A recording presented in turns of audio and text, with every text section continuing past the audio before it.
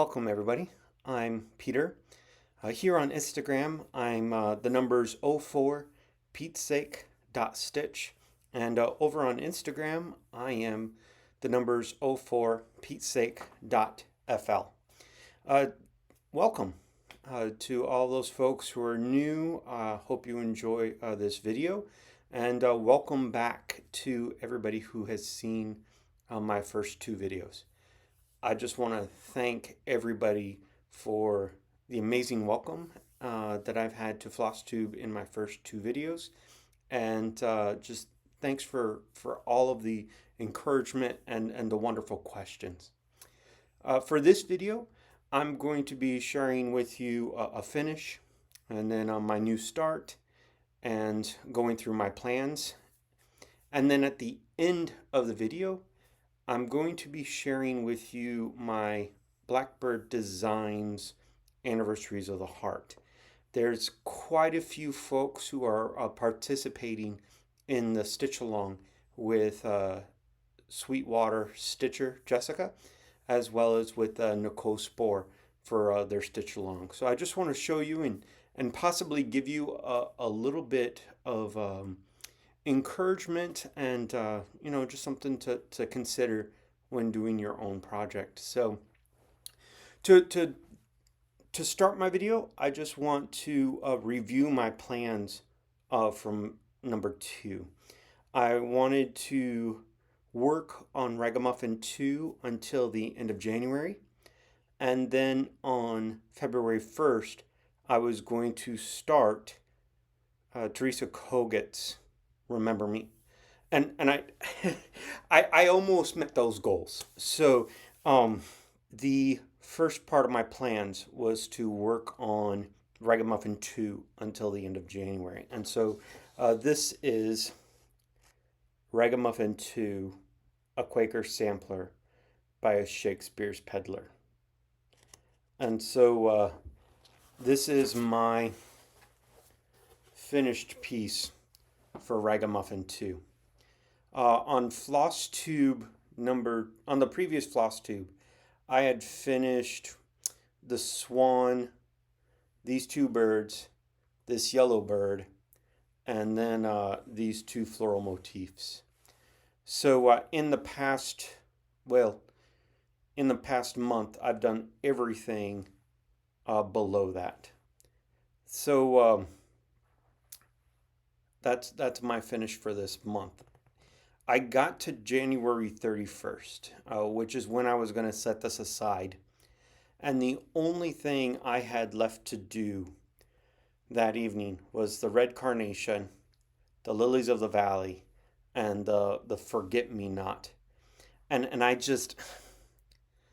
was so close to being finished. And so why should I put it down? So I took the time to just finish those last 3 motifs. And even though it meant skipping over a new start, February 1st, I'm able to check off this older work in progress. So what I've done is in the middle, this is the church where I grew up in Illinois. And then all of the initials that are in between the motifs are what I'm calling my church elders. And so these were the folks that were my grandparents' age. And then it's not, you'll notice that I did change quite a few of the colors from the motif. Like right here is a lot of white, and some of the flowers were also white. And so I changed those to like the reds and the greens, just so you'd see them a little bit more. The model that I had seen at Country Sampler, they had put some motifs in the corners just to fill up those spaces. And since this was a church piece, in the lower right-hand corner, I put a crown for crown him with many crowns. And then here in the lower left is My Little Light of Mine. So just to make some more references to church. After the previous video, somebody mentioned that I had left out the K in this Algerian islet alphabet. And they're like, I'm going to tell you this, but please do not rip out that alphabet. And I'm like, no, that doesn't bother me at all. But just to give you a peek into my peculiarities of being Pete, I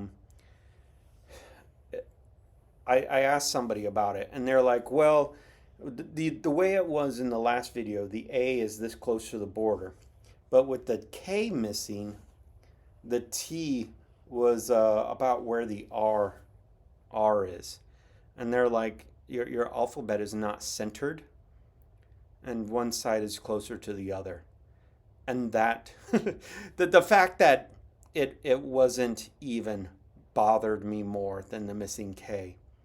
So I took out the eyelets for L through T and then restitched in those letters K through T. Though that was about 3 days to rip it out and restitch it. And if I had not made that mistake, I would have really been close to finishing this on January 31st. So this is a Ragamuffin 2 by Shakespeare's Peddler on R&R Reproduction Fabrics 40 count. I did use the over-dyed cottons that are recommended by Teresa Vanette. I did, however, change some of them because when I kitted this up at Brick City Crossstitch, she did not have some of the colors that were recommended, so I just replaced them. And I also darkened the white so that way you'd be able to see it. So that's my finish for this Flosstube. It's so pretty. My plan was to start Teresa Koget's Remember Me after I had finished the Ragamuffin 2. But I looked at that pattern of Remember Me, and it was more florals in muted tones, which after I had spent all month working on Ragamuffin 2, I just wanted something really different. And so I decided to completely change gears and started working on modern folk embroideries, embroidered ribbons. And so this is just printed out from my printer, so it's in black and white. But the model that is stitched on the front is all black and white. And so I figured this was a very it is a very different change. It is very geometric. It's monochromatic in black, and so this was exactly what I wanted to do. And so I started the first ribbon that I'm going to be doing. Now I am not going to be doing all 11 bands. I have chosen 3 of the bands, and so I'm going to do 3 bands and make a drum. And so this is the beginning of embroidered ribbons by Modern Folk Embroidery. I am using Zweigart Platinum 40 count, using Gentle Art. The floss is Gentle Arts Espresso Bean. So it is a really nice black with an undertone of brown. So this motif right here, the stem of that flower is going to be the middle. So you can see I've got quite a bit of the first of 3 bands. Now, just about the time I had decided to make this my new start for February is when the world was observing Holocaust Memorial Day, and Jacob from Modern Folk Embroidery mentioned just a resistance fighter that was in the Netherlands. And so I decided to put some of the words from that gentleman in the middle. So I'll have one band of the embroidered ribbon, and then the quote, and then two more of the bands. So it's going to be about a 6 foot wide, or 6 foot. That'd be a big drum, yeah. It's going to be about a 6 inch wide drum. That's the current thought. But please do not be surprised if I tell you I have framed it. So, um, because I'm just really enjoying it, and the quote is just going to be really cool having it added in. That I'll get a, look behind me. Everything is nice and portrait frame, but having a nice landscape type sampler would look really good on the wall. So it may be going on my wall instead of a drum, but those bands as a drum would be really cool. So I'm waiting to see what I'll do with that finished product. So that's all I've worked on for the last month is those two pieces. My purchases are just the linen and the floss for the embroidered ribbons. So it's going to be a really short video. My plans for the next month is continue working on embroidered ribbons, and in March I'll be showing all of you the plans that I have for the birthday start that Linda and I have planned for April. We're going to be working on Plum Street Samplers Spring Moon. We're going to get together and discuss how we have kitted ours in March. But so that's my plans: embroidered ribbons, and then in April, Spring Moon. What I do in between those two projects, I'm not sure. I'm probably going to pull out a work in progress. Haven't quite decided which one, but I've really enjoyed being able to check things off my work in progress list. So that's all I have for now, except that's really short. I mean, it's only going to be about a 12-minute video. So in order to make it worth your time coming, I'm going to show you my Blackbird Designs Anniversaries of the Heart. So I'll gather all that together. All right. Now I would really love to share with you my Blackbird Designs Anniversaries of the Heart. I will just say right off the bat that this project takes a lot of planning. It takes a lot of cost because you've got to buy every single pattern. It's a big piece of linen. It's a lot of floss.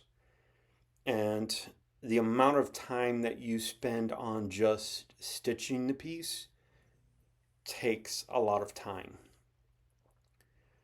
But it is the piece that brings me the most joy. And that is because of the way I set it up. This is my Blackbird Designs Anniversaries of the Heart.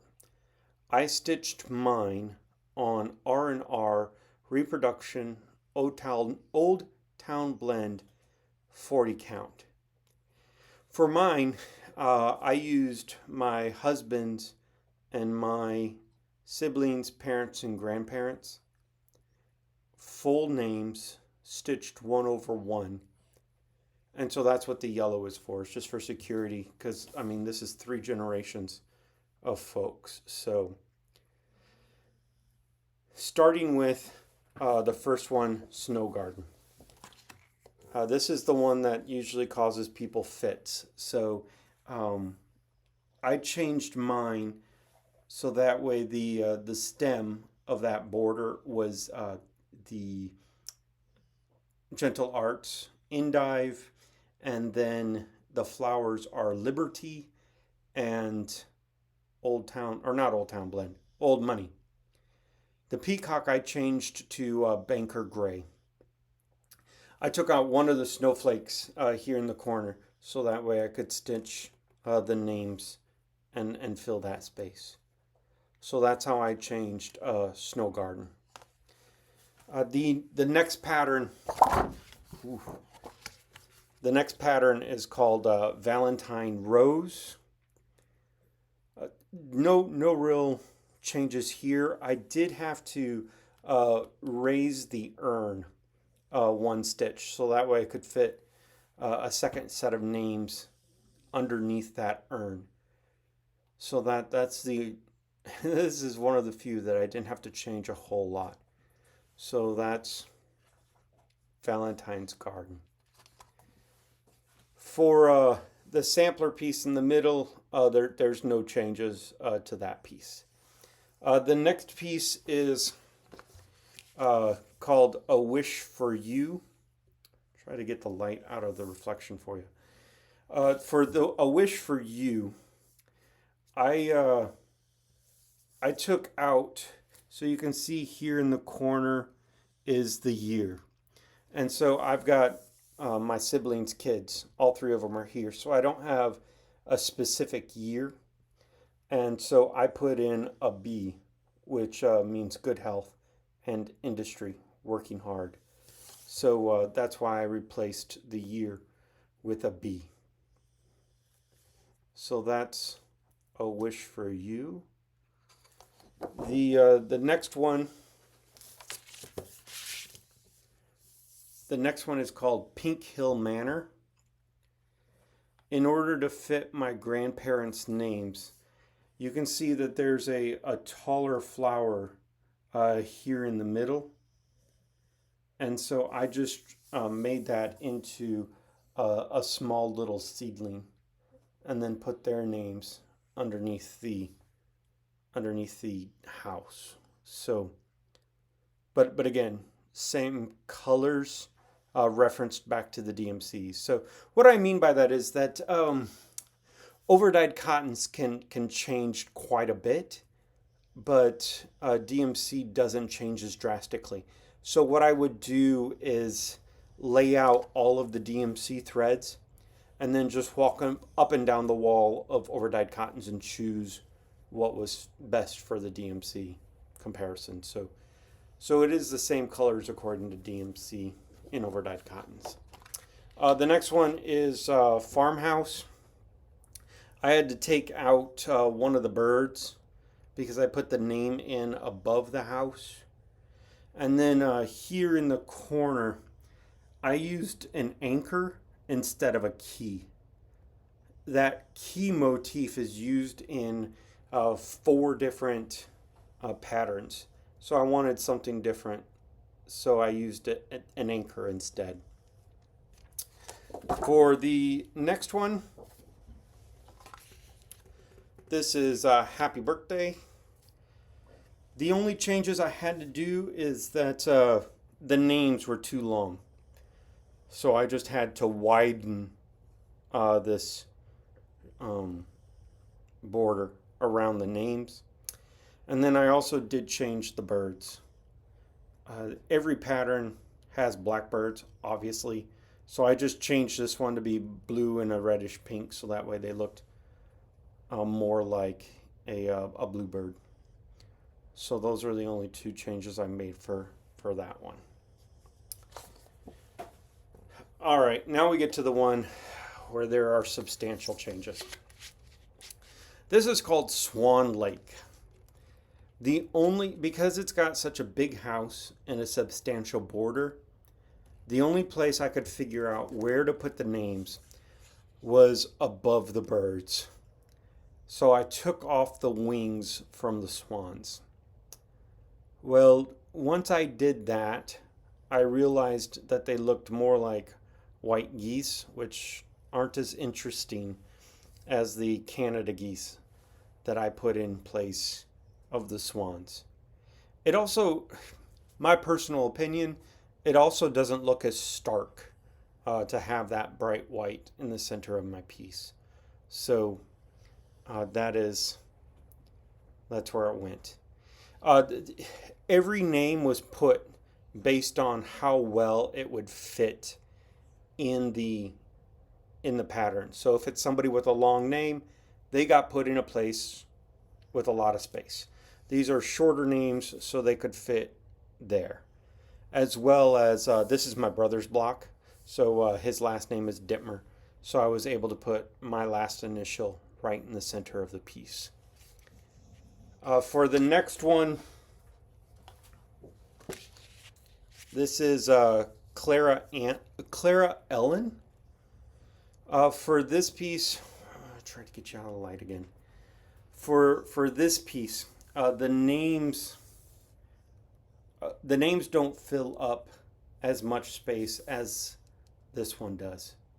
So what I did was I created a third flower to be placed right here. So you can see there it's blank in the pattern, and I've got a flower in this corner. This is a really cool. This is a really cool house because the roof is a satin stitch, so it just adds some really awesome texture. The next block is my block. When I showed my husband what I was going to be working on from the beginning of the year, I showed him all the patterns, and this is the only pattern that he said that, well, this is the pattern he liked the most. So it's like, well, then this is going to be our pattern. So that it just means more to me because he likes it. You can see that there is a dog here in the corner, but our names are too long, so I had to substitute out the dog. And I'm not crazy about hearts, and so I took out the heart motif and I put in a lantern. It just sort of gives it more of a summer type feel. There's these little motifs that I don't know if they're just regular hanging doodads, but when I put a lantern, it almost makes them look like fireflies or lightning bugs. So I liked having that motif. The only initials in all of this piece are the T and D, which are the two dogs that we had at the time I was stitching Tanner and Dixie. So those are our pups. The next one is Pumpkin Farm. For this piece, I did have to remove this one leaf so that way the names could fit in the corner. But that is the only change I had to make for Pumpkin Farm. It's a fairly straightforward one to work on. The next pattern is Evergreen Lane. So the design has 4 lines with a lot of space in between each line. And for mine, I narrowed the space between the 4 lines just so that way I could put in some, hanging doodads in yellow. So that way it looked like stars. And so the house and the trees were dropped to allow space for those star type doodads. So that's Evergreen Lane.